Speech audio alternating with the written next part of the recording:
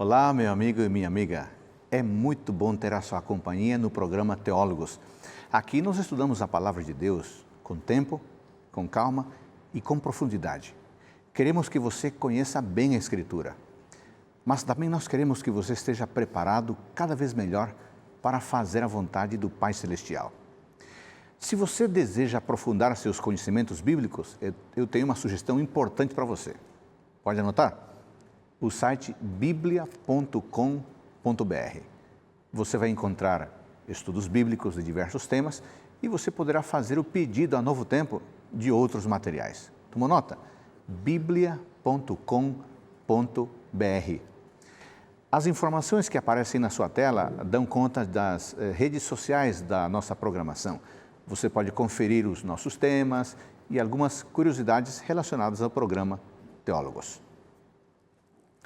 A Palavra de Deus tem 66 livros e é bem provável que você goste de uns mais do que outros. Alguns gostam dos Salmos, outros preferem um livro de Daniel, outros preferem as histórias de Ruth, enfim. Mas há um livro muito especial na Palavra de Deus, no Novo Testamento.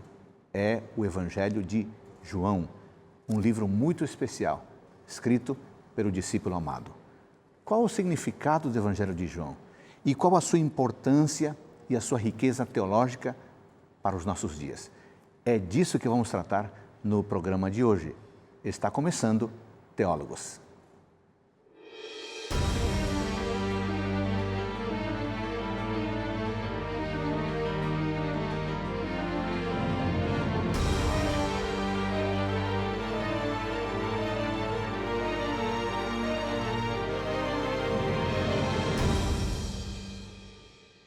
No programa de hoje vamos tratar de um tema muito interessante, muito importante. Vamos focar no livro de João, especificamente no capítulo 4, que tem muita riqueza teológica e de muita utilidade para a nossa vida prática, para o nosso conceito e a nossa segurança da salvação. Esse é um tema, portanto, muito interessante e por isso nós temos dois convidados especiais que nos ajudarão a compreender esta temática. Eu quero apresentá-los agora aqui.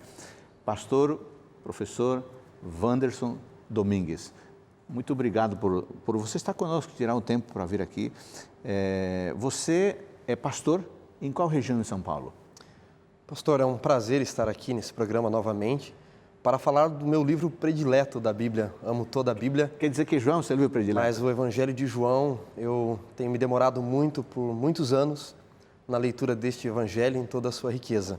Eu trabalho atualmente na região do ABC Paulista e Baixada Santista. A Igreja Adventista se divide por regiões e sedes administrativas e eu trabalho na sede conhecida como Paulista Sudeste, a sigla APSE.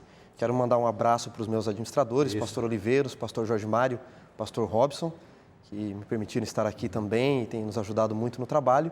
E trabalho ali conduzindo uma escola de teologia que nós temos para os membros leigos, ajudando no evangelismo e visitamos também, levamos materiais para os interessados da TV Novo Tempo que nos assistem e pedem os nossos materiais. Em algum momento a gente chega ali na região, na casa deles. Legal. Aliás, eu queria agradecer também aqui aos pastores já mencionados, pastor Oliveiros, pastor Jorge Mário, pastor Robson, porque permitiram que o pastor Wanderson estivesse aqui conosco. E uma saudação para os amigos, irmãos dessa região da Igreja Adventista. Você fez a sua graduação em teologia, Isso. Fez um mestrado em Ciência da Religião, com ênfase no Novo Testamento, e agora está no seu programa de doutorado, é isso mesmo? Exatamente, pastor. A Ciência da Religião se divide na área sociológica, missiológica e linguagens da religião, que trabalha o texto, a religião como texto. E eu trabalhei o Evangelho de João no meu mestrado, fiz uma análise dos verbos pempo e apostelo, como condensadores da mensagem do Messias pregado na comunidade, e agora no doutorado eu vou do cânon ao apócrifo, estudando a literatura joanina também. Interessante. Mais uma vez, obrigado por sua presença conosco. Pastor Natal Gardino, muito obrigado por você estar conosco. Você está vindo do Paraná.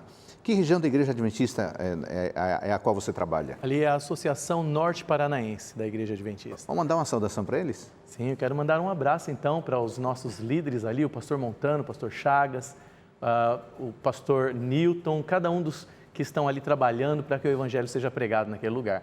E muito obrigado por me permitirem vir até aqui também hoje. Você também gosta de estudar, você fez a graduação, foi para os Estados Unidos, fez o mestrado e fez um doutorado também.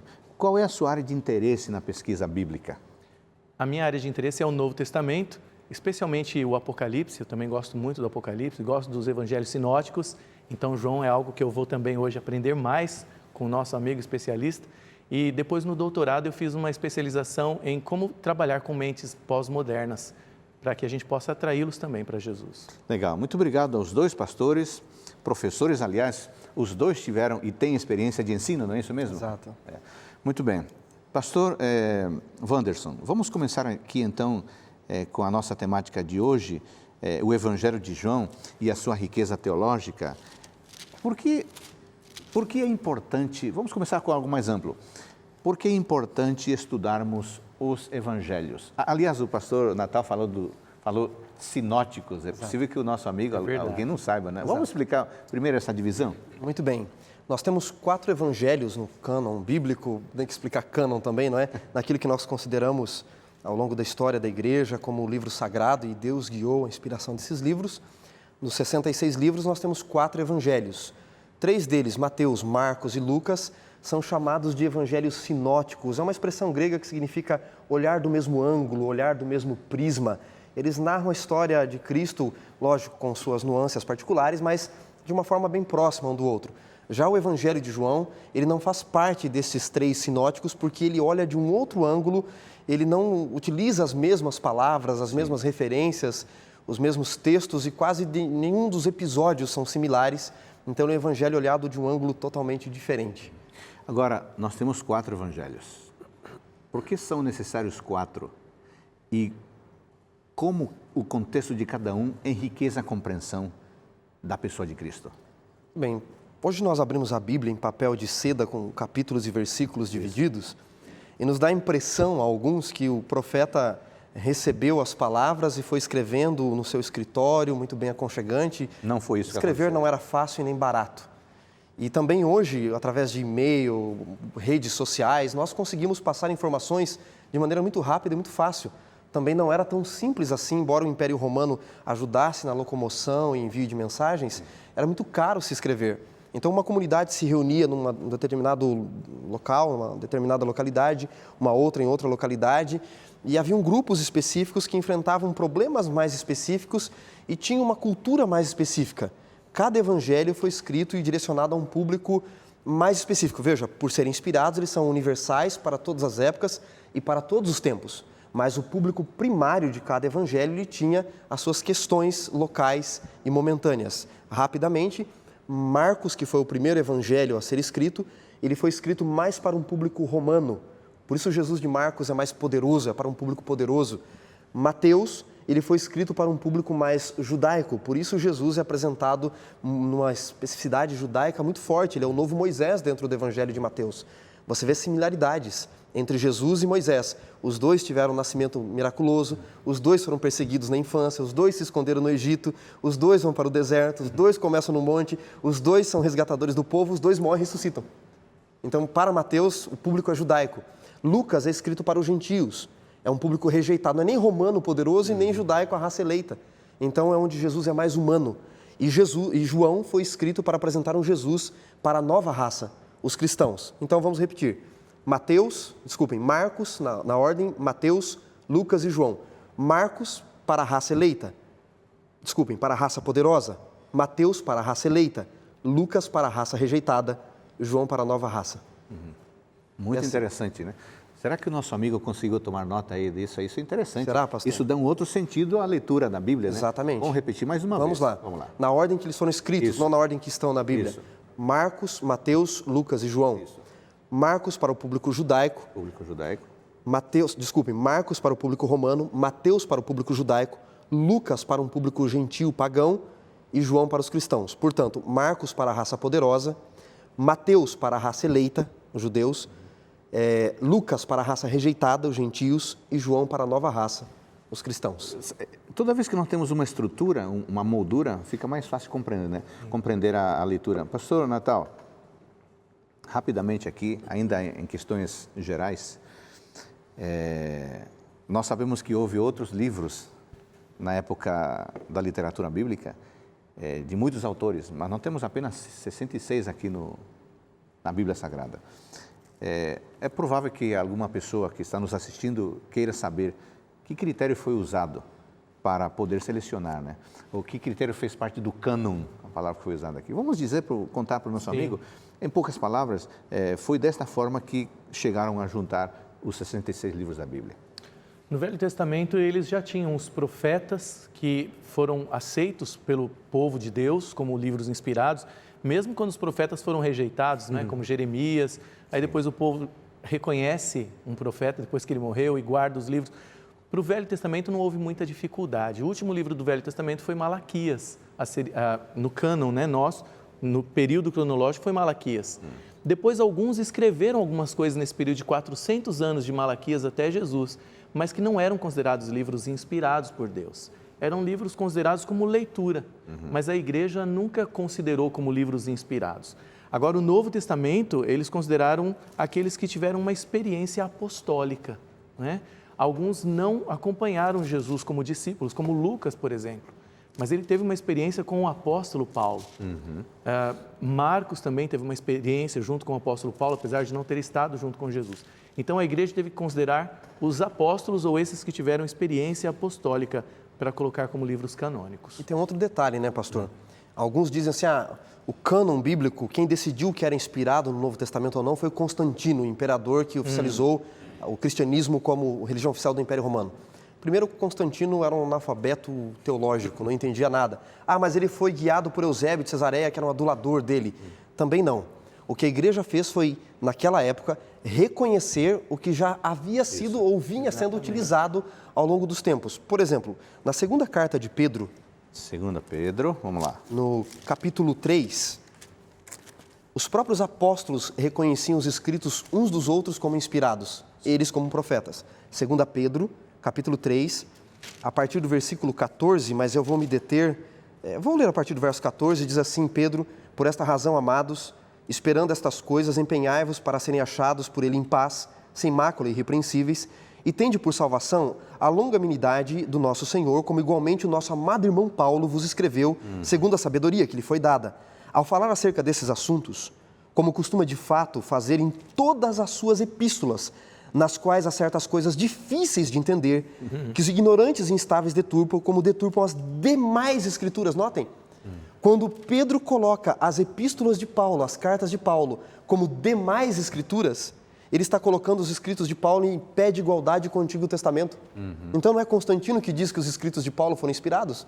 É um outro profeta também. Ou seja, a igreja vinha usando ao longo do tempo. Eles só reconheceram que a igreja já vinha utilizando. Muito bem. Você mencionou agora há pouco, pastor Wanderson, que você gosta do livro de João, já o estuda há algum tempo. Então vamos entrar especificamente nele agora. Sim. Vamos falar sobre as prováveis circunstâncias em que o texto foi produzido e como que isso pode ser encontrado no próprio texto. Pastor, o livro de João, o Evangelho de João, também conhecido como Quarto Evangelho. Quarto Evangelho. Ele é o livro, sem dúvida alguma, mais debatido, mais estudado e mais criticado por teólogos ao longo de todos os tempos. Por quê? Porque nos outros evangelhos, teólogos mais liberais, que não aceitam inspiração, não aceitam salvação, criação, conseguem achar algumas desculpas para dizer que Jesus era um curandeiro e como quem conta um conto aumenta um ponto, a história chegou dessa forma. Jesus na verdade não curou, ele colocou um emplasto e aí alguns dos nossos telespectadores já brincaram de telefone sem fio, não é? A história chegou nos nossos dias desse jeito, eles tentam se desculpar desta forma para não aceitar a inspiração, a Bíblia como palavra de Deus, como contendo a palavra de Deus. No Evangelho de João não tem meio termo, ou você o aceita ou você o rejeita. O Evangelho de João, para se ter uma ideia, ele foi escrito com apenas 800 palavras. Segundo pedagogos, professor é pedagogo também, é um vocabulário aproximadamente de uma criança de 5ª, 6ª série, em palavras diferentes. Um evangelho que aparentemente é simples, mas com uma profundidade sem tamanho, sem medidas. E neste evangelho, João ele não conta nenhum milagre, não relata nenhum milagre. Ele relata 7 sinais, evidências da divindade de Jesus. Então você não tem como negar que alguém como Lázaro, morto há 4 dias, ele estava doente, ele estava desmaiado. Por essa ênfase no Evangelho de João, apresentar o Cristo como Deus vindo do céu, então eles preferem, muitos teólogos, negar, criticar e achar que é produto de qualquer um, menos do apóstolo João. Agora, no próprio texto, nós encontramos evidências das circunstâncias da época? Encontramos, pastor, muitas evidências dentro do texto. O John Ashton, que é um especialista, um professor de Oxford do Evangelho de João, especialista, ele dizia o seguinte: tudo que podemos saber das circunstâncias do livro e da comunidade que leu primeiramente esse livro está implícito no texto. E ele diz assim, jogando um pouco o seu ceticismo: tais informações são, na melhor das hipóteses, verdadeiras e na pior delas, falsas. Mas o que ele está querendo dizer, na verdade, é: nós temos o texto. Nós não conseguimos ressuscitar a comunidade. Claro. Nós achamos algumas coisas arqueologicamente, mas o texto é importante.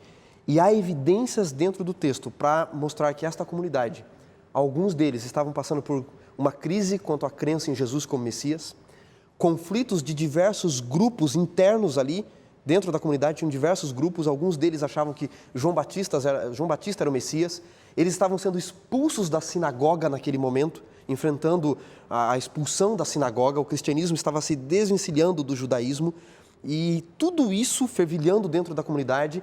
O autor João, ele joga dentro do Evangelho, nas páginas do Evangelho, para ressaltar a fé da comunidade. Por exemplo, no capítulo 20, os versículos de João capítulo 20, nos versículos 30 e 31, diz assim, já encerrando o livro praticamente, ele diz: Jesus fez diante dos discípulos muitos outros sinais que não estão escritos neste livro. Agora notem o verso 31. Mas estes, ou seja, o que ele escreveu no Evangelho, foram registrados com um objetivo: para que creiais que Jesus é o Cristo, o Messias. E tendo essa crença, tenham vida eterna. Tenham vida nele. Este é o objetivo da escrita do Evangelho. Estavam perdendo a fé em Jesus como Messias vindo do céu. E ele diz: eu escrevi para ressaltar, para reforçar a fé de vocês, de que Jesus é o Messias vindo do céu, porque só esta crença que pode lhes dar vida eterna. Esta era a circunstância. Ainda mais rapidamente, você encontra, por exemplo, no início do Evangelho, muitas negativas na boca do Batista. A partir do capítulo 1, no versículo 19, verso 20, perguntam a ele se ele é o Cristo, ele diz assim: eu não sou o Cristo, eu não sou Elias, eu não sou o profeta, eu não sou o noivo. Nenhum outro evangelho coloca tanta negatividade na boca de João Batista como o evangelho de João. Por quê?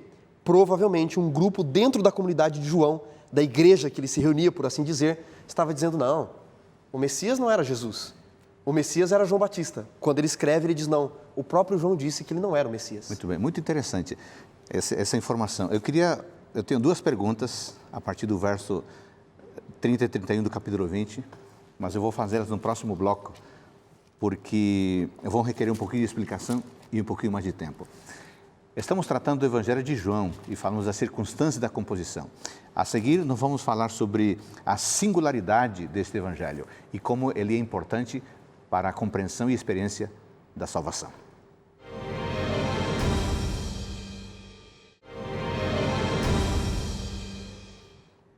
No programa de hoje, estamos estudando o Evangelho de João e queremos aprofundar a nossa percepção sobre a sua contribuição teológica.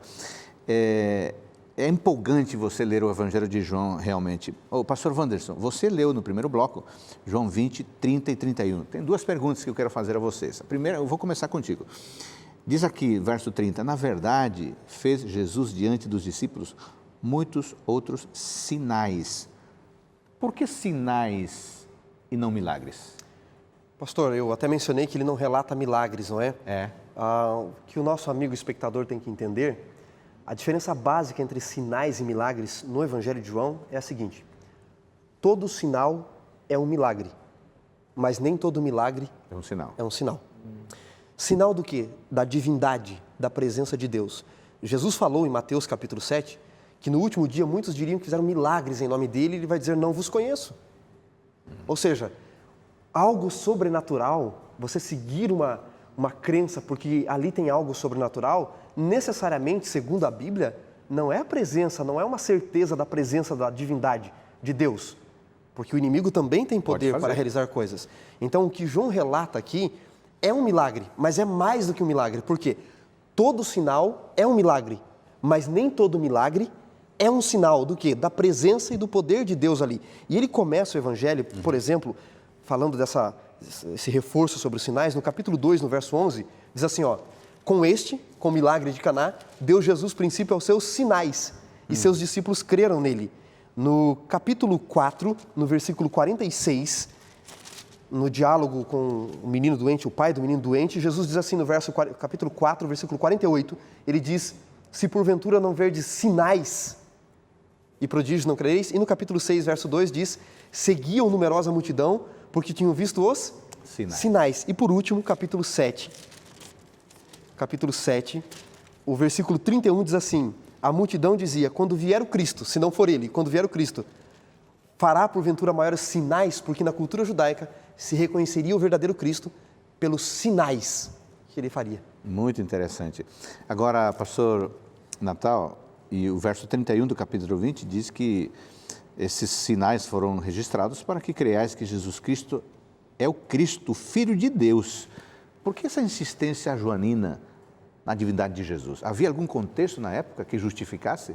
Se a gente for ver o tempo em que ele foi escrito quase um século, né? No final do primeiro século, aliás, 70 anos aí, mais ou menos, depois da morte de Jesus.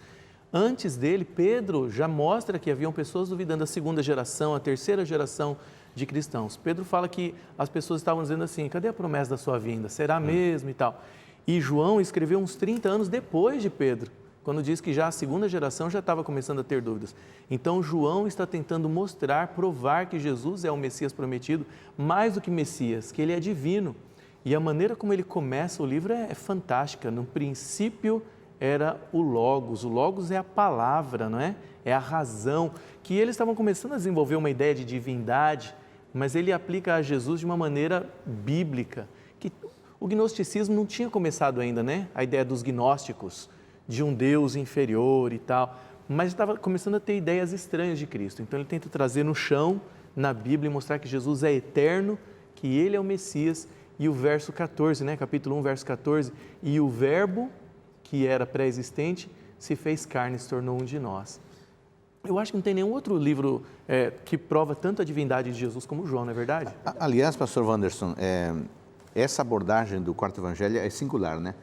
Jesus é Deus. Vamos explorar alguns textos que vão nessa direção? Vamos sim, pastor. Primeiro, na minha dissertação de mestrado, eu fiz uma análise dos verbos pempo e apostelo. Apostelo é de onde vem a expressão apóstolo. Os dois se traduzem por enviar. Tá? Aparece 72 vezes, esses dois versos aparecem no Evangelho de João. Enquanto que Mateus usa 3 vezes, Marcos 2 vezes, Lucas 1 vez, em João aparece mais de 70 vezes. Tal é a importância de Jesus ser o enviado.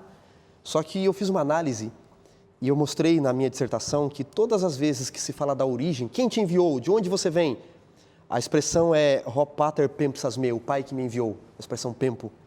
Todas as vezes que falam da consecução terrena, da obra que ele veio realizar, a expressão é Ho pater apestailen me, o pai que me enviou, eu faço isso porque o pai me enviou. Ele sempre vai utilizar a origem dele na voz no máximo médio passiva. Jesus não recebeu uma ordem do pai para vir, porque ele era menor. Não, ele, na voz médio-passiva no grego, ele pratica e sofre ação. Ele se auto-enviou, como se ele dissesse assim, eu me enviei a mim mesmo. É meio redundante na nossa língua. Tal é a importância de Jesus ser Deus. Aparece no capítulo 5, por exemplo, no contexto da cura do paralítico junto ao tanque de Betesda. Sim. Questionam porque ele fez aquela cura no sábado, ele fala que ele está realizando as obras do Pai. No versículo 18, no verso 17, ele diz assim, meu Pai trabalha, até agora eu também trabalho. No verso 18, o autor diz assim, por isso, pois, os judeus ainda mais procuravam matá-lo. Não somente porque, segundo a concepção judaica, violava o sábado, mas porque dizia que Deus era seu próprio Pai, agora note, fazendo-se igual a Deus. E essa questão de quem Jesus é, que ele é Deus, é tão importante que no capítulo 8, do mesmo Evangelho, no capítulo 8, quando estão discutindo sobre a existência de Cristo, ele vai dizer que antes de Abraão existir, ele já existia. Olha que interessante no versículo 53. Eles dizem assim, és maior do que Abraão, nosso pai que morreu. João 8, 53. Também os profetas morreram. Quem, pois, te fazes ser? E aí Jesus fala sobre a glória do Pai que ele glorifica. E ele vai dizer então, no verso 58, antes de Abraão existir, eu sou. Eles entenderam que Jesus era Deus e tentaram apedrejá-lo por causa dessa aparente blasfêmia. E esse eu sou, que ele repete muito em João, mais do que nos outros evangelhos, né? Eu sou a luz do mundo, eu sou a porta, eu sou... É a mesma frase que na Septuaginta, na Bíblia grega que se usavam os judeus, é Deus falando para Moisés. Fala que o 3:14, eu sou te enviou, não é? Exato, então, ele falava eu sou, ele estava usando a mesma frase, ego eimi, e para eles era super ofensivo isso. Agora, pastor Natal, pastor Wanderson, sabe o que eu estava pensando? João era uma pessoa muito simples, não era? Ele era uma pessoa simples, não era uma pessoa letrada. Da época era uma pessoa letrada, estudada. Mas o Evangelho tem uma estrutura tão interessante, tão bem pensada. Como que pode alguém tão simples produzir um Evangelho tão rico? Pastor, eu brinco com os meus alunos, eles se assustam, eu digo assim, ao estudar a riqueza da Bíblia, em especial aqui do Evangelho de João, eu digo, ou isso é de Deus ou é do diabo. Uma coisa não é. Não é humano. Verdade. Como C.S. Lewis diz falando de Cristo, ou você o aceita, Isso. ou você o rejeita. Só não tem um meio termo dizendo que ele é um bom mestre apenas. Isso só pode ser de Deus, pelo que prega. É muito, muito profundo, pastor. Agora, por que pregar um Jesus Deus e ter que aceitá-lo e reconhecê-lo como Deus? Por quê? Por que essa importância, essa ênfase total?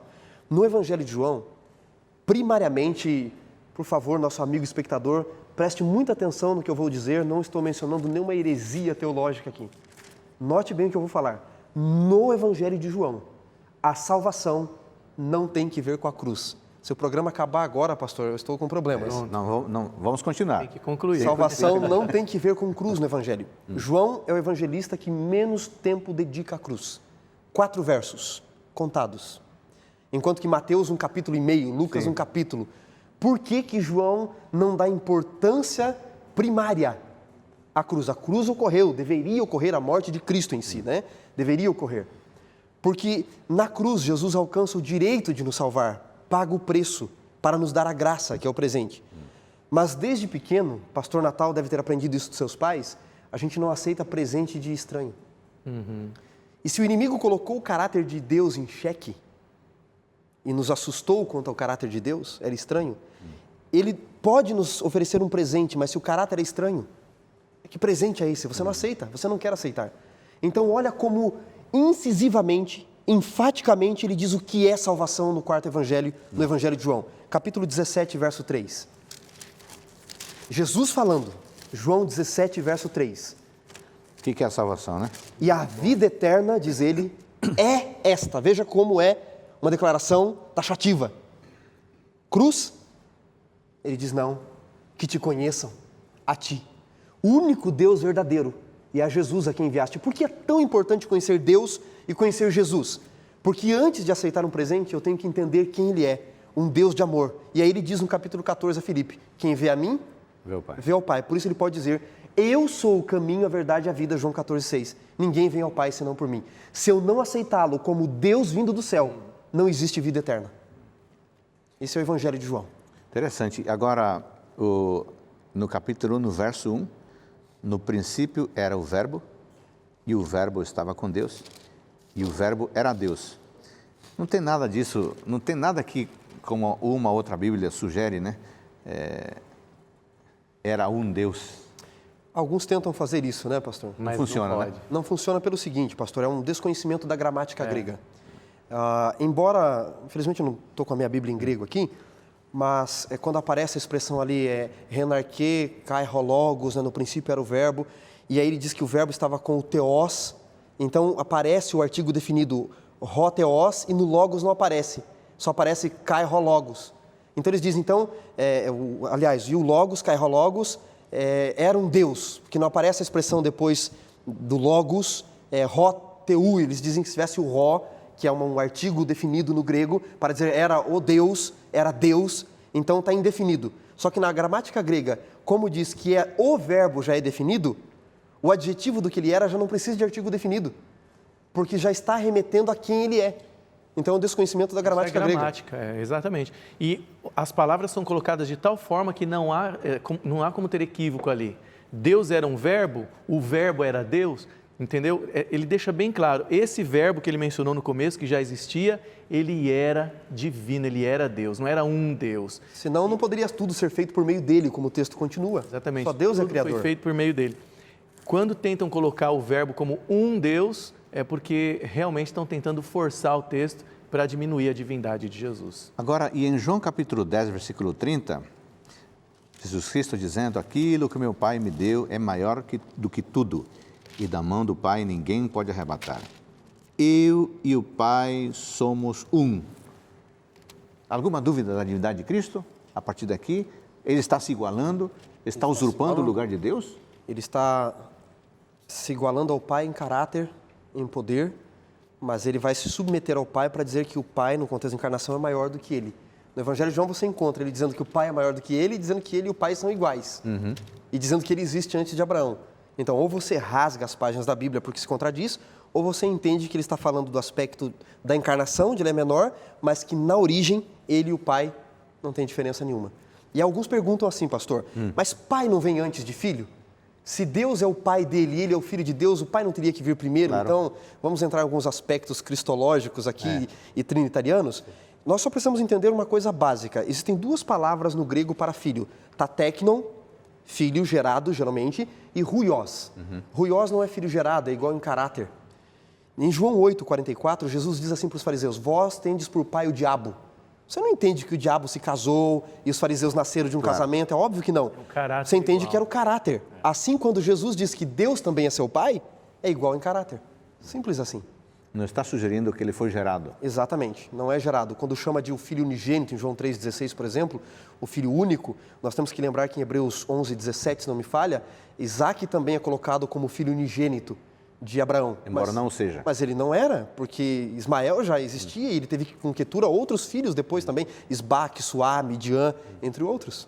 Então, ninguém era como ele, a igualdade de caráter. Por falar em divindade de Jesus, e o pastor Wanderson é um especialista em João e apaixonado, como a gente vê, seria essa declaração de Tomé no final, lá em João 20, 27, a declaração final, conclusiva, objetiva? Definitiva. Definitiva de que Jesus é Deus. Para quem tiver com a Bíblia aberta, quiser acompanhar. Leia para nós, João 20, 27.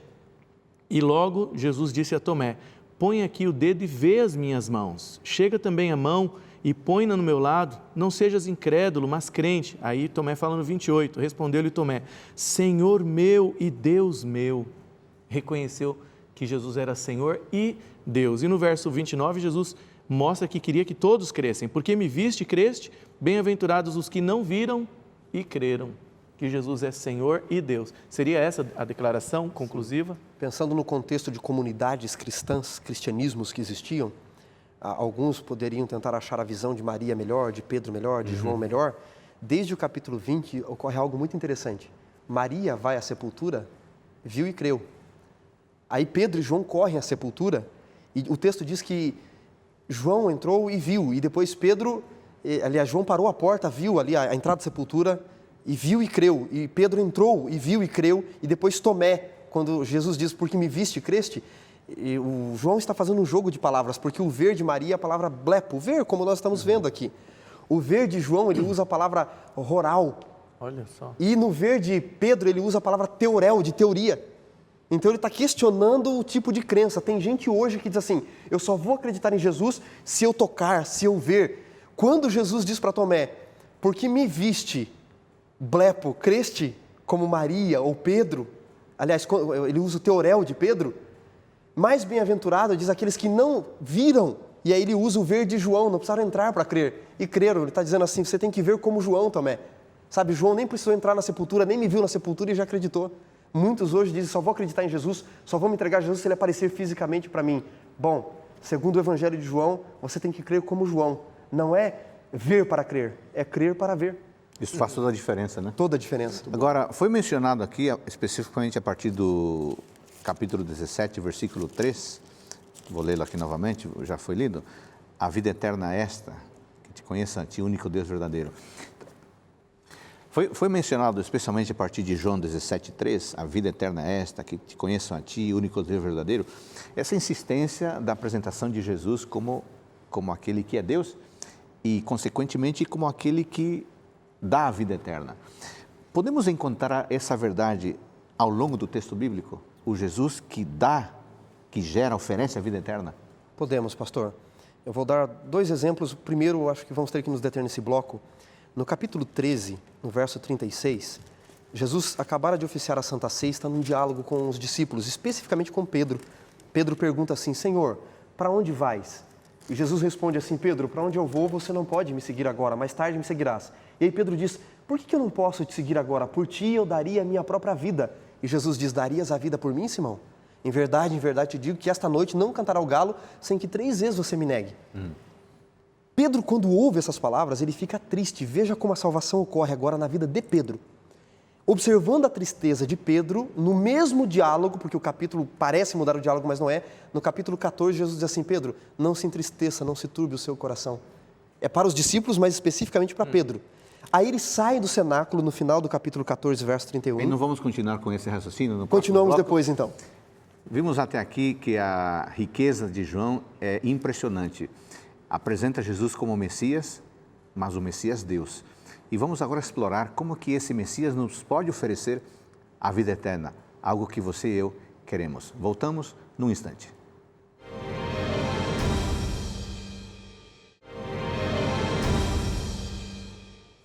É muito bom termos o tempo necessário para estudar a Palavra de Deus. Estamos fazendo isso com o Evangelho de João. E o pastor Wanderson estava falando no bloco anterior, essa questão de como a vida eterna concedida por Cristo aparece ao longo da estrutura do livro. Você estava mencionando o capítulo 13 e agora o 14. Vamos continuar com esse raciocínio. Ele disse que Pedro iria traí-lo, não é? Essa é a prática da salvação, como ela ocorre na vida prática. No 14, Pedro, observando a tristeza de Pedro, ele diz, não se entristeça o seu coração, eu vou para a casa de meu pai, há muitas moradas. No final do capítulo 14, ainda na cena do cenáculo, no mesmo local da Santa Ceia, no finalzinho diz, levantai-vos, vamos daqui.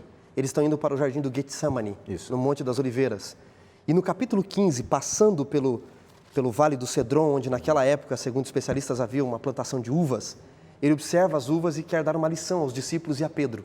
E ele diz assim no 15, versos 1 e 2, eu sou a videira verdadeira, o meu pai é agricultor. Agora notem o verso 2, todo ramo que estando em mim não der frutos, ele corta.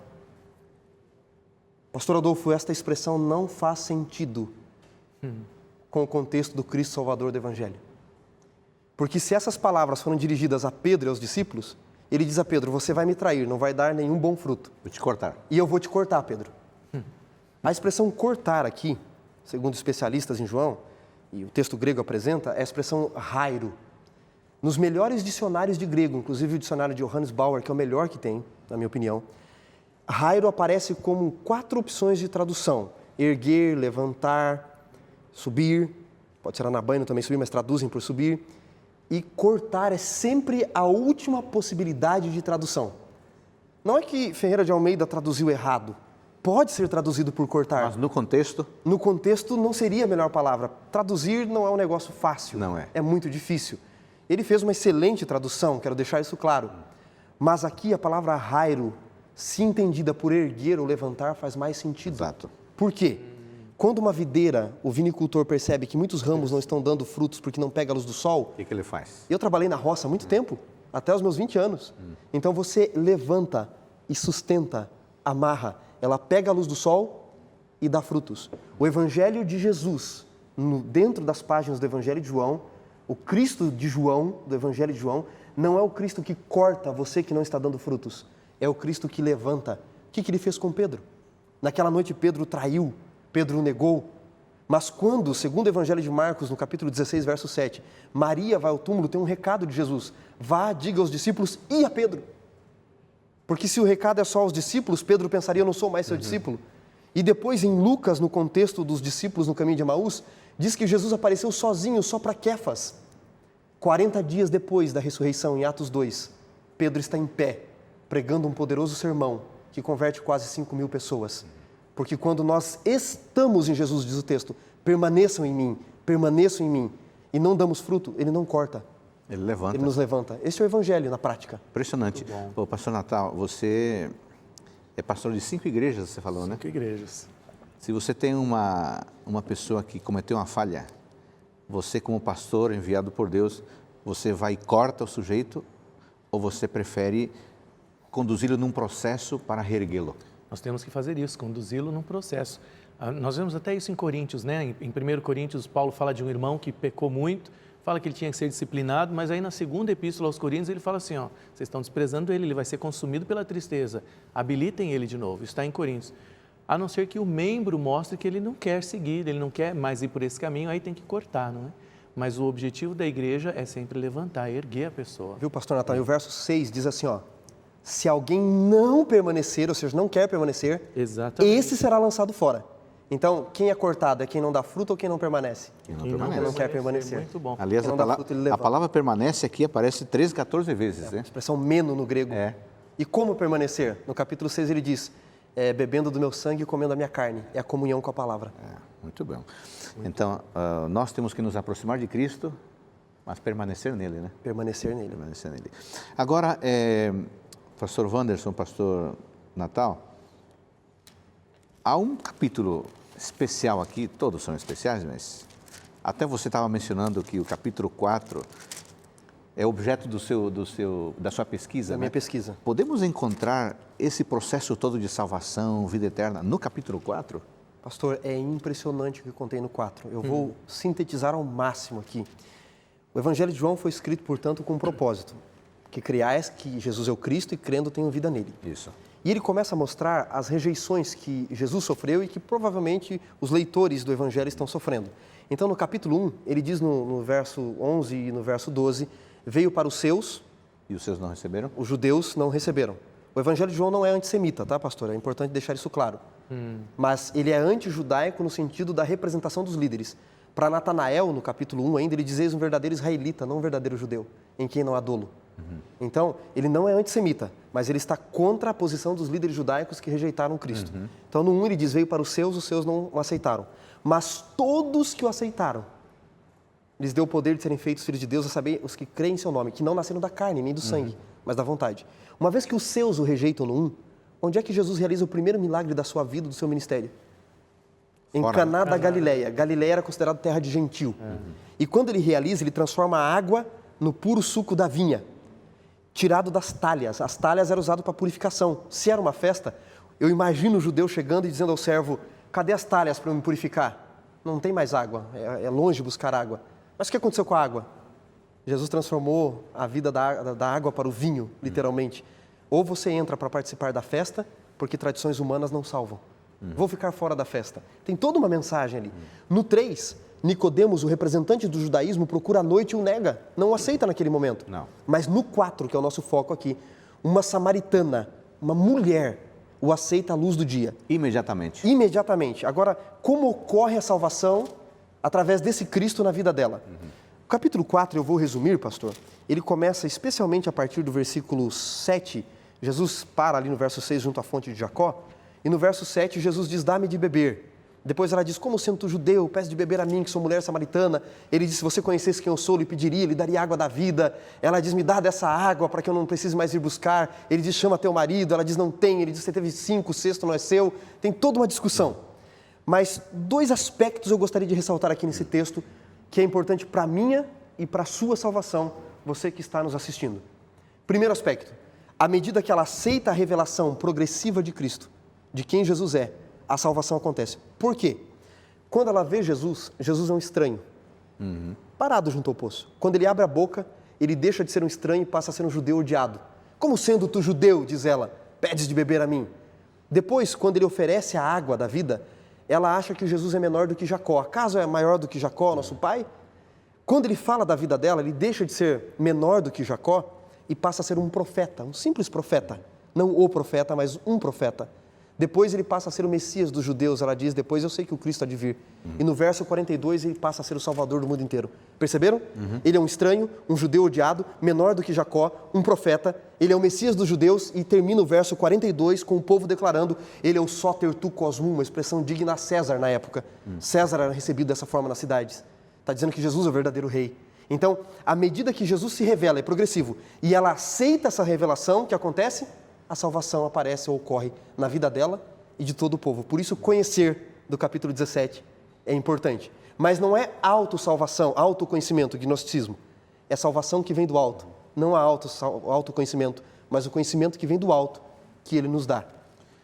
Agora, é muito interessante notar que o apóstolo João coloca em contraste aqui 2 figuras, né?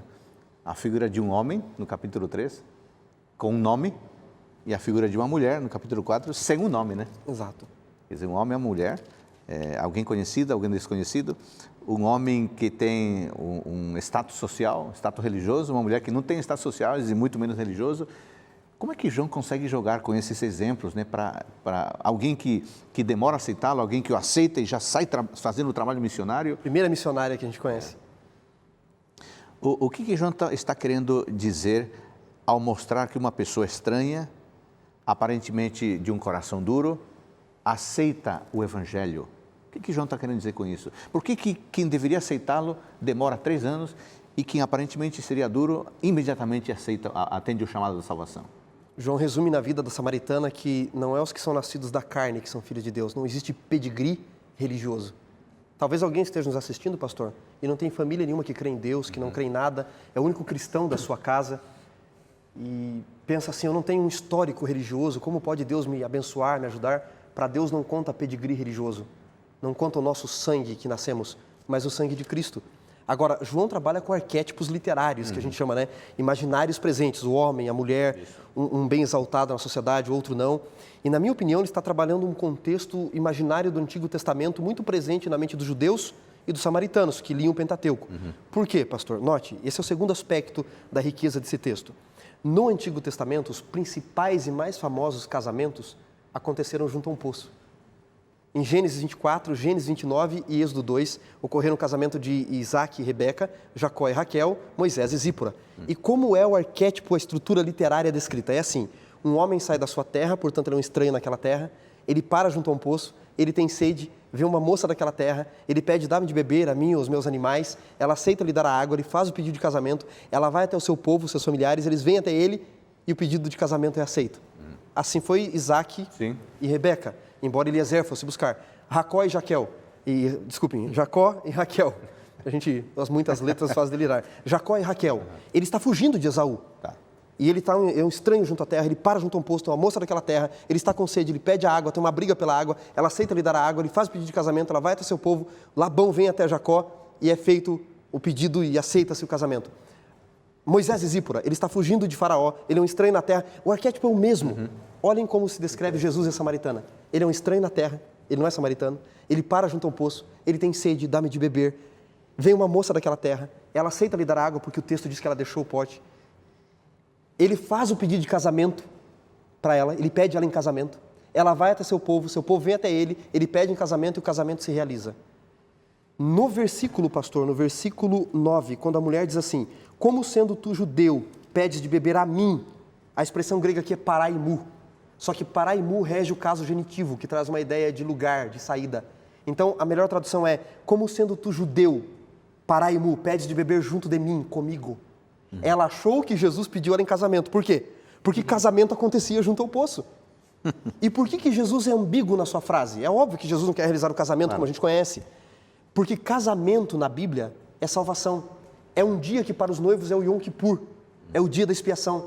Tanto que em Mateus 25 tem lá o casamento das virgens, tem as bodas do cordeiro, a noiva em Apocalipse 19 que se preparou, em Apocalipse 21.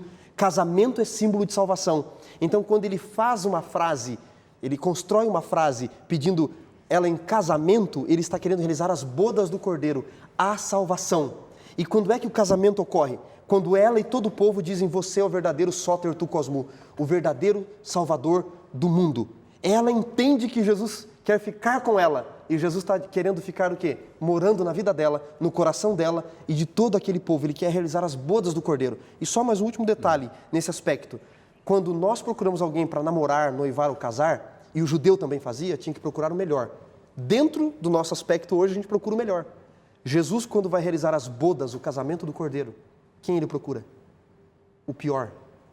O pior povo, porque para o judeu, o samaritano era o pior do que o animal. E dentro do pior povo, a pior mulher que nem as mulheres samaritanas queriam tirar a água do poço com ela. Sabe o que João está querendo nos dizer? Se a salvação é através desse Messias, a salvação é para gente como eu e você. A salvação é para os piores. Se ele pôde salvar a samaritana, se ele pôde levantar Pedro, ele pode salvar a gente também. Muito bem, muito interessante. Pastor Natal, e se a gente tivesse que dar um outro título a esse capítulo, hein? Uau! A mulher de Samaria... Não, esse título, com todo respeito, Mulher Samaria, mas não está dizendo tudo que a riqueza do tema da salvação apresenta nesse capítulo, né? A gente poderia dar outro título que sintetizasse melhor, né? Como é que será que esta compreensão da salvação em João, pastor Natal e pastor Wanderson, como é que será que esta compreensão da salvação em João mudou, sustentou e norteou a comunidade de então? Que efeito pode ter produzido? E como que isso pode ser impactante hoje, leitores modernos? Se João é o último evangelho a ser escrito, ele talvez foi o que mais marcou, né? Quando a gente quer deixar um sabor gostoso na boca, meus filhos fazem isso. Eles falam, pai, eu quero comer aquele por último que é o mais gostoso. João é um evangelho poderoso, diferente dos outros 3. E a maneira como ele termina, com certeza deve ter impactado muito. Ele se coloca como testemunha, ele coloca que ele viu, que ele sentiu. E ele termina, vamos ver o último versículo dele. Eu acho que é esse o sabor, o gosto que ele deixou por um bom tempo. Lá no capítulo 21, versículo 24, o penúltimo, ele termina testificando, dizendo assim, este é o discípulo que dá testemunho a respeito destas coisas e que as escreveu. Ele deu testemunho, ele viu. E sabemos que o seu testemunho é verdadeiro. E ele faz um exagero aqui, né, que Jesus fez muitas outras coisas que não caberia no mundo, mas como a gente leu há pouco tempo atrás, no capítulo 20, 31, ele fala, esses foram escritos para vocês crerem. Então, eu tenho certeza que mudou muito a comunidade da época. E tem um aspecto a mais, pastor, porque se é o último livro e o último evangelho, esse público, eles não tinham, com exceção de João, não tinham conhecido Jesus, os leitores não tinham tocado, nem sido tocados fisicamente, e com exceção de João, não conheciam nenhum outro, talvez, que tivesse tocado em Jesus. E muitos já estavam questionando por doutrinas gnósticas que já estavam surgindo, se Jesus era Deus mesmo ou não, se ele aparecia em forma de espírito ou não. Quando João relata os 7 sinais para que creais, dos 7 sinais que são o milagre na boda de Caná, o capítulo 4, verso 46, a cura do filho do oficial do rei, capítulo 5, o paralítico junto ao tanque de Betesda. Aí você tem no capítulo 6, andar sobre o mar, multiplicação de pães e peixes. No 9, a cura do cego. E no 11, a ressurreição de Lázaro, 7 sinais. Desses 7, 4 são curas pessoais, que é o filho do oficial do rei, 4,46, doente em Cafarnaum, a cura do paralítico no capítulo 5, a do cego no 9 e a ressurreição de Lázaro. São curas, milagres, sinais pessoais. Em nenhum deles Jesus põe a mão. Em nenhum deles. O coxo junto ao paralítico, junto ao tanque de Betesda, aquele coxo, ele diz assim, levanta-te, toma teu leito. Ele nem ajuda. O cego no capítulo 9, embora ele unte os olhos do cego, ele só passa a enxergar quando ele crê na palavra e vai até o tanque de Siloé, que significa enviado, não é? E o capítulo 11 diz que quando ele vai ressuscitar Lázaro, ele tem que dizer Lázaro. Muitos teólogos dizem que ele tem que especificar Lázaro, para que o poder da palavra não ressuscite todos. Ou seja, João está dizendo o seguinte, se você nunca viu Jesus, nunca tocou nele, não tem problema. Esses milagres aqui não teve toque. Foi o poder da palavra. O poder da palavra é tão eficaz quanto o poder do seu toque. Você nunca tocou em Jesus? Nunca foi tocado fisicamente? Você tem a palavra. É isso que ele está dizendo para os leitores. E é por isso que a palavra, tê-la e compreendê-la é tão importante, né? Exato. Bom, esse evangelho é espetacular. E eu fico imaginando que o escritor, um jovem discípulo, teve tanto tempo para pensar no que viu e para selecionar especificamente o que escreveria, né? E o que temos como resultado é um evangelho tão rico e tão tocante. Muito obrigado, pastor Wanderson, pastor Natal, por nos ajudarem a compreender a riqueza teológica do evangelho de João. E você, qual é o seu livro preferido? Leia o evangelho de João com os olhares que nós apresentamos aqui. Você será abençoado e você também, com a mulher samaritana, experimentará pessoalmente a salvação. Obrigado por sua companhia no programa Teólogos.